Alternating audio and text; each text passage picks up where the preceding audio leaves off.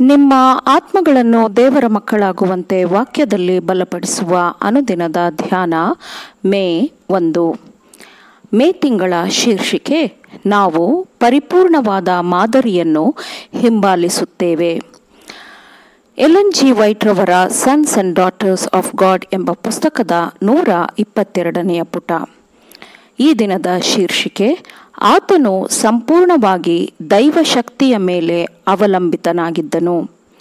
ಈ ದಿನದ ಸತ್ಯವೇದದ ವಾಕ್ಯ. ಅದಕ್ಕೆ ಯೇಸು ಅವರಿಗೆ, ನಿಮಗೆ ನಿಜ ನಿಜವಾಗಿ ಹೇಳುತ್ತೇನೆ, ತಂದೆಯು ಮಾಡುವುದನ್ನು ಕಂಡು ಮಗನು ಮಾಡುತ್ತಾನೆ ಹೊರತು ತನ್ನಷ್ಟಕ್ಕೆ ತಾನೇ ಏನೂ ಮಾಡಲಾರನು.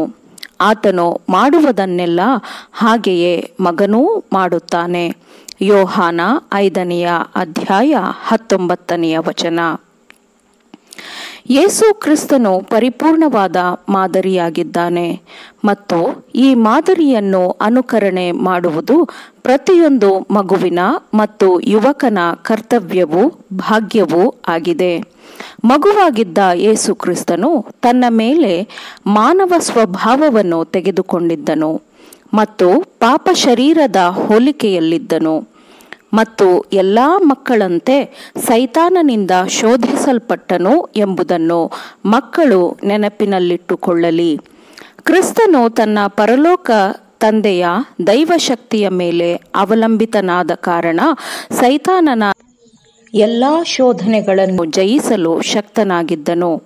ಯಾಕೆಂದರೆ ಕ್ರಿಸ್ತನು ದೇವರ ಚಿತ್ತಕ್ಕೆ ಒಪ್ಪಿಸಿಕೊಟ್ಟಿದ್ದನು ಮತ್ತು ದೇವರ ಎಲ್ಲ ಆಜ್ಞೆಗಳಿಗೆ ವಿಧೇಯನಾಗಿದ್ದನು. ಆತನು ತನ್ನ ತಂದೆಯ ನಿಯಮಗಳನ್ನು, ಉಪದೇಶಗಳನ್ನು, ಆಜ್ಞೆಗಳನ್ನು ಪಾಲಿಸುತ್ತಿದ್ದನು. ಯೇಸು ಕ್ರಿಸ್ತನ ಹೆಜ್ಜೆಗಳನ್ನು ಹಿಂಬಾಲಿಸುವುದು ಪ್ರತಿಯೊಬ್ಬ ಮಗನ ಕರ್ತವ್ಯವೂ ಭಾಗ್ಯವೂ ಆಗಿರಬೇಕು. ಆತ್ಮೀಕ ಕೃಪೆಯನ್ನು ಆತನಿಂದ ಬೇಡುವ ಮಕ್ಕಳು ಮತ್ತು ಎಲ್ಲ ಕಷ್ಟ ಸಂಕಟಗಳನ್ನು ರಕ್ಷಕನ ಹತ್ತಿರ ತರುವ ಮಕ್ಕಳನ್ನು ಹೊಂದಲು ಯೇಸು ಕ್ರಿಸ್ತನು ಸಂತೋಷಿಸುತ್ತಾನೆ. ಯಾಕೆಂದರೆ ಮಕ್ಕಳಿಗೆ ಮತ್ತು ಯುವಕರಿಗೆ ಸಹಾಯ ಮಾಡಲು ಆತನು ಬಲ್ಲವನಾಗಿದ್ದಾನೆ. ಯಾಕೆಂದರೆ ಆತನೂ ಮಗುವಾಗಿದ್ದನು ಮತ್ತು ಮಕ್ಕಳು ಯುವಕರು ಎದುರಿಸುವ ಕಷ್ಟ, ಶೋಧನೆ, ನಿರಾಶೆ, ಕಳವಳಗಳನ್ನು ಆತನೂ ಎದುರಿಸಿದ್ದನು. ಎಲ್ಲ ಶೋಧನೆಗಳಿಗೆ ಆತನೂ ಒಳಗಾಗಿದ್ದನು. ವಯಸ್ಕರಿಗೆ ಕೊಡುವುದಕ್ಕಿಂತ ಹೆಚ್ಚಾಗಿ ಮಕ್ಕಳಿಗೆ ಮತ್ತು ಯುವಕರಿಗೆ ದೇವರ ವಾಗ್ದಾನಗಳನ್ನು ಕೊಡಲಾಗಿದೆ. ವಾಗ್ದಾನಗಳನ್ನು ದೇವರು ಎಲ್ಲೆಲ್ಲಿ ಕೊಟ್ಟಿದ್ದಾನೋ ಅವುಗಳನ್ನೆಲ್ಲ ಮಕ್ಕಳು, ಯುವಕರು ಮನವಿಯನ್ನಾಗಿ, ಪ್ರಾರ್ಥನೆಯನ್ನಾಗಿ ಮಾಡಿಕೊಳ್ಳಲಿ ಮತ್ತು ಅವುಗಳನ್ನೆಲ್ಲ ಅವರ ಜೀವನದಲ್ಲಿ ದೇವರು ನೆರವೇರಿಸುವಂತೆ ಅವರು ದೇವರನ್ನು ಬೇಡಿಕೊಳ್ಳಲಿ.